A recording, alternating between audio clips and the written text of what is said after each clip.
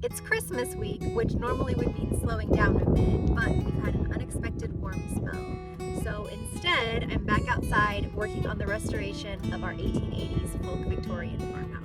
This time of the year feels a little unexpected for this kind of project, but when you own an old fixer-upper, you learn pretty quickly to work when the weather allows. So here we are. Before I could start, there was the not so glamorous part, moving the scaffolding into place and getting all of my tools and supplies organized up on top. If you're wondering, we already restored the very top portion of this side of the house a few weeks ago while we had the lift here.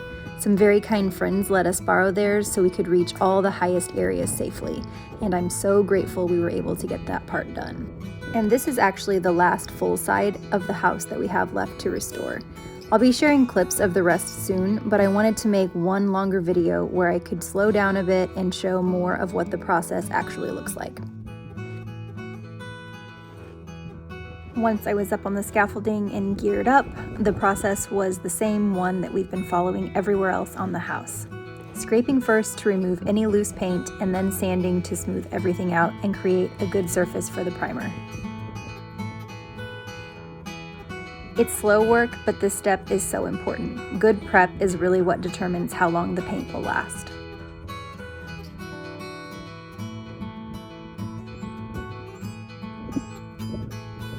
Before we ever started the project, we spent a lot of time researching how we wanted to approach the exterior restoration.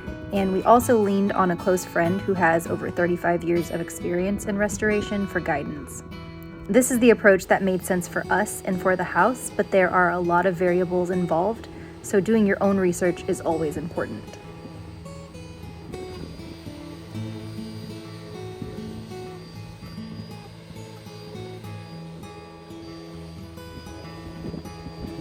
After sanding, I moved on to caulking, especially around the windows. I always make sure to caulk in all the vertical gaps. That's where the water is most likely to sneak in over time, and sealing those areas really helps protect the siding.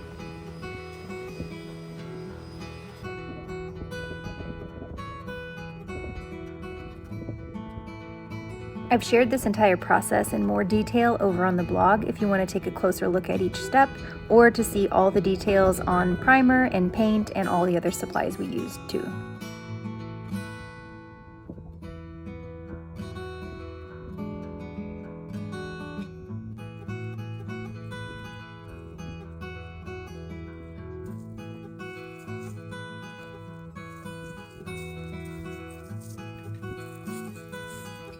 Once everything was scraped, sanded, and caulked, it was finally time for primer and paint on this first section.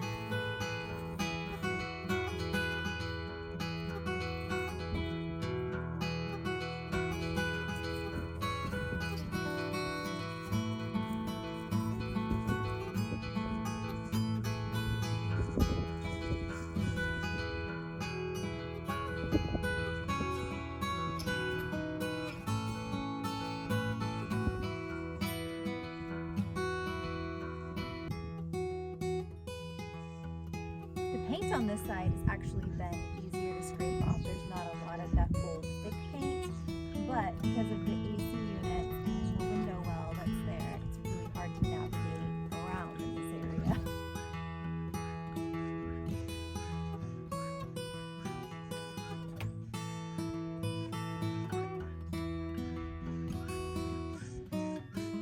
I have this area to go, and I'm hoping that I can work the scaffolding in there tomorrow. Well, Ed beat me outside the next morning, and I didn't even have time to set up the camera, but he was able to get the next section scraped and sanded completely on his own, which helped things move along quickly. Then I got to priming and painting that section, and it wasn't long before we were able to move the scaffolding to the bigger middle section and work on it together.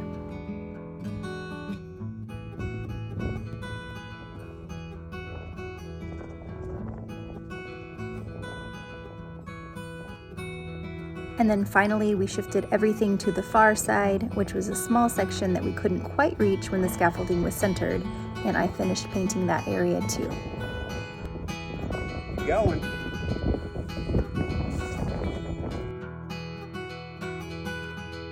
This is where we ended the day, with the middle section of the house fully finished.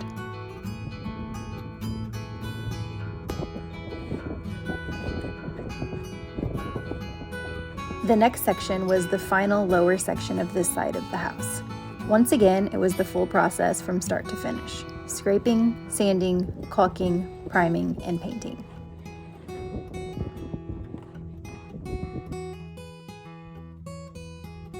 There's a rhythm to the scraping that you settle into after a while.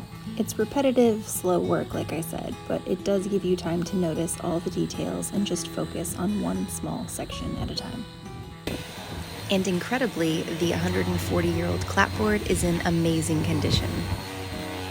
So here's a little bit better of an angle of what we'll have left. After we finish this, I'll just have to replace a couple of clapboards there and then do this section and then this little section right here, which I think is like 3 or 4 clapboards. And then that's it, it'll be done. Working on an old house like this really makes you aware of how many hands have cared for it before you. Every layer you remove and every fresh coat you add feels like a small act of stewardship, just doing our part to help it stand a little bit longer.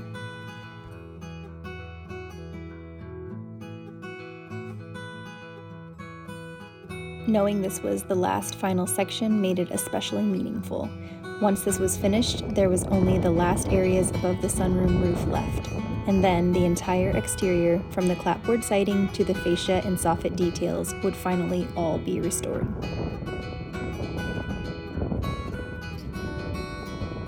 When I was putting the final coat of paint and reached the corner of the house, it really hit me that this is where we started the restoration over a year ago, on the front of the house, where the porch will eventually be rebuilt.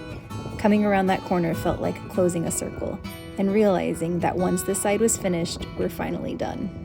Or almost. I mean, you get it. So close and so exciting. If you enjoy old home restoration, home DIY projects, and farm life, you're always welcome to subscribe.